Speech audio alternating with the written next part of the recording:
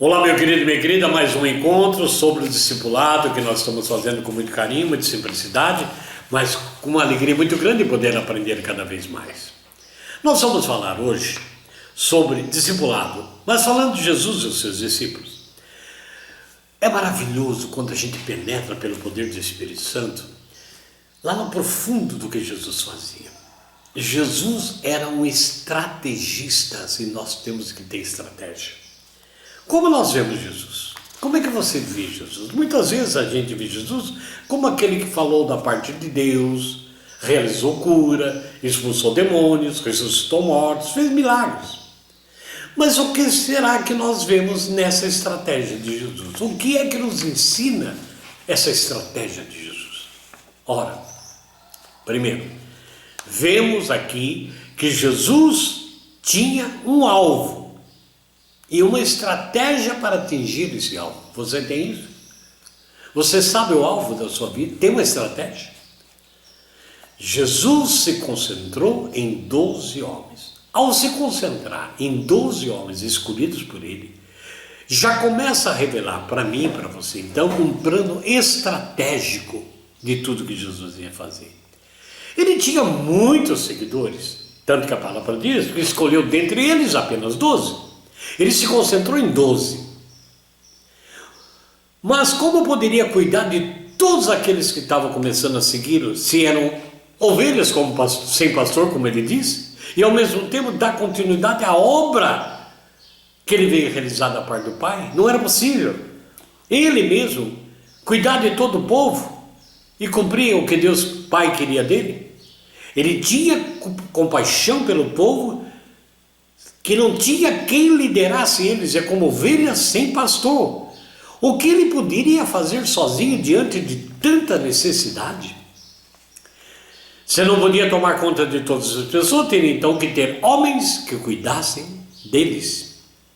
Por isso o seu ministério, a estratégia, desenvolveu no cuidado pessoal de alguns homens apenas, 12 no caso, para que através desses, com cuidados pessoais com eles, preparando pessoalmente para a obra, desse continuidade àquilo que ele, Jesus, veio fazer. Foi assim que nasceu o discipulado de Jesus com seus 12 apóstolos. Deu para entender isso?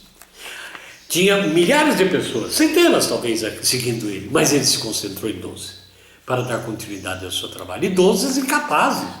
Havia quem o ia trair, havia alguém que estava interessado em coisas materiais, alguém que ia enganar, alguém que ia negar, mas foi desses que ele preparou cada um deles. Ora, o princípio discipulado então já existia. Empregado por Jesus com 12, nós aprendemos ali o começo do discipulado. A palavra discípulos e fazer discípulo tem uma ideia original, a sua raiz, do grego, que indica a prática dos povos do Oriente de um aprendiz seguir o ensinamento e o ensino do seu mestre. Na palavra de Deus, encontramos muitas referências a respeito do discipulado.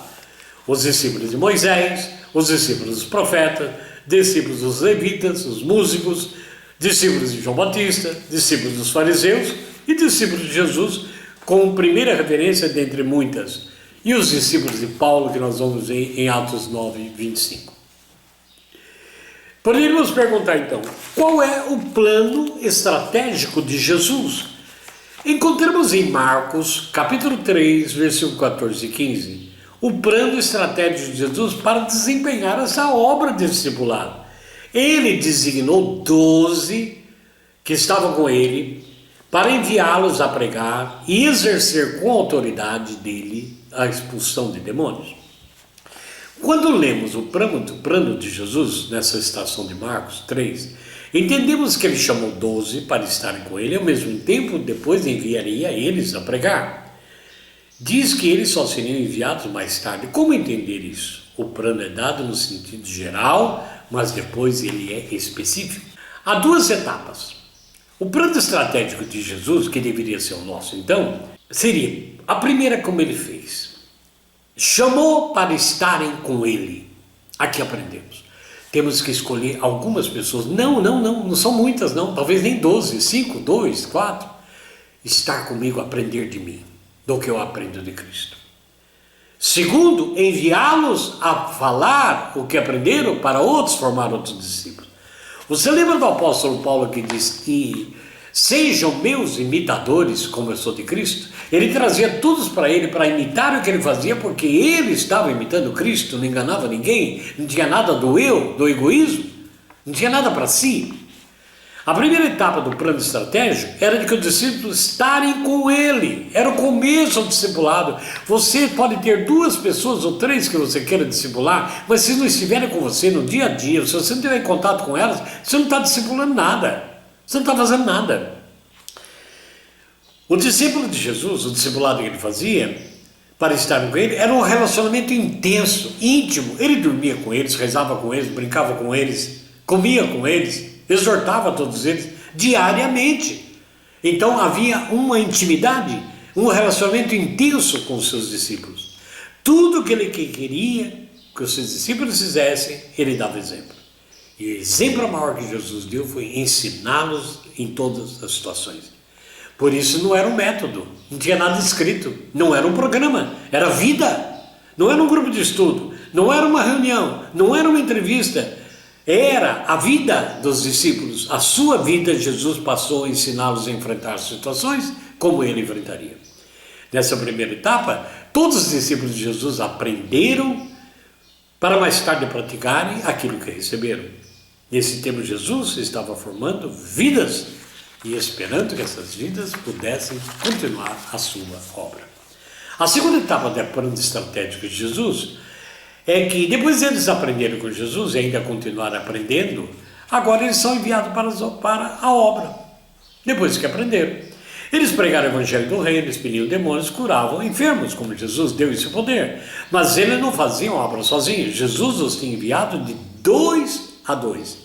Então eles estavam vinculados a Jesus e vinculados entre eles. Ninguém faz nada sozinho. Quem quer fazer individualmente é egoísmo, não cumpre a palavra de Deus. Saímos evangelizando sempre 2 a 2. Eu estou vinculado a Jesus e vinculado com meu irmão comigo. O vínculo de Jesus é o discipulado e o vínculo entre irmãos é companheirismo. Quando eles voltavam das caminhadas, relatavam tudo que tinham feito. É assim que Jesus continuou, chamando atenção, se alegrando, exortando com as notícias que lhes trazia.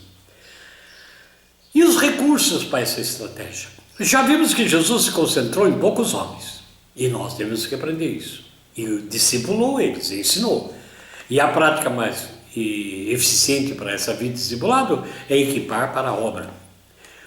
Nos textos que nós vamos ver no Evangelho, nós temos então um tripé que se repete em tantas situações no Evangelho: pregação do reino de Deus, expulsão do mal que oprime e escraviza as pessoas e cura de enfermidades. Primeiro eu tenho que ter consciência do plano de Deus na minha vida, e o meu irmão também, ter uma experiência com Deus. Ser liberto de todas as opressões maldosas do demônio que me oprimem e escravizam, e ser curados de minhas enfermidades. São recursos para que a estratégia dê certo, concedido para todo apóstolo, para você e para mim. A pregação do Evangelho trata com o fim da independência e rebeldia do homem para com Deus e o começo de uma vida nova. A expulsão do demônio e a cura das enfermidades, consequência do pecado e a libertação de todo mal. É isso que é a nossa obrigação. Jesus ensinou e equipou discípulos em grupos, tanto individualmente como em grupos pequenos. Não fazia obra isolada, mas corporativa. É o princípio do primeiro discipulado que nós temos que aprender. Os evangelhos chamam atenção para o grupo de discípulos, os 12. E a igreja de 2 ou 3, 12 ou mais. São células, gente. Célula com célula que vai dando vida ao corpo. É a igreja nas casas.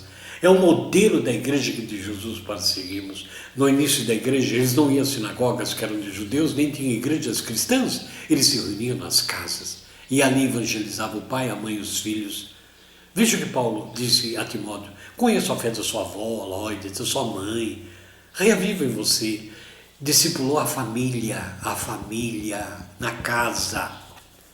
Podemos aprender então 8 princípios da obra de Jesus. A seleção. quem é que eu vou começar a discipular? Eu não preciso ter 20, 30, isso é quantidade, eu quero qualidade, 1, 2, 3.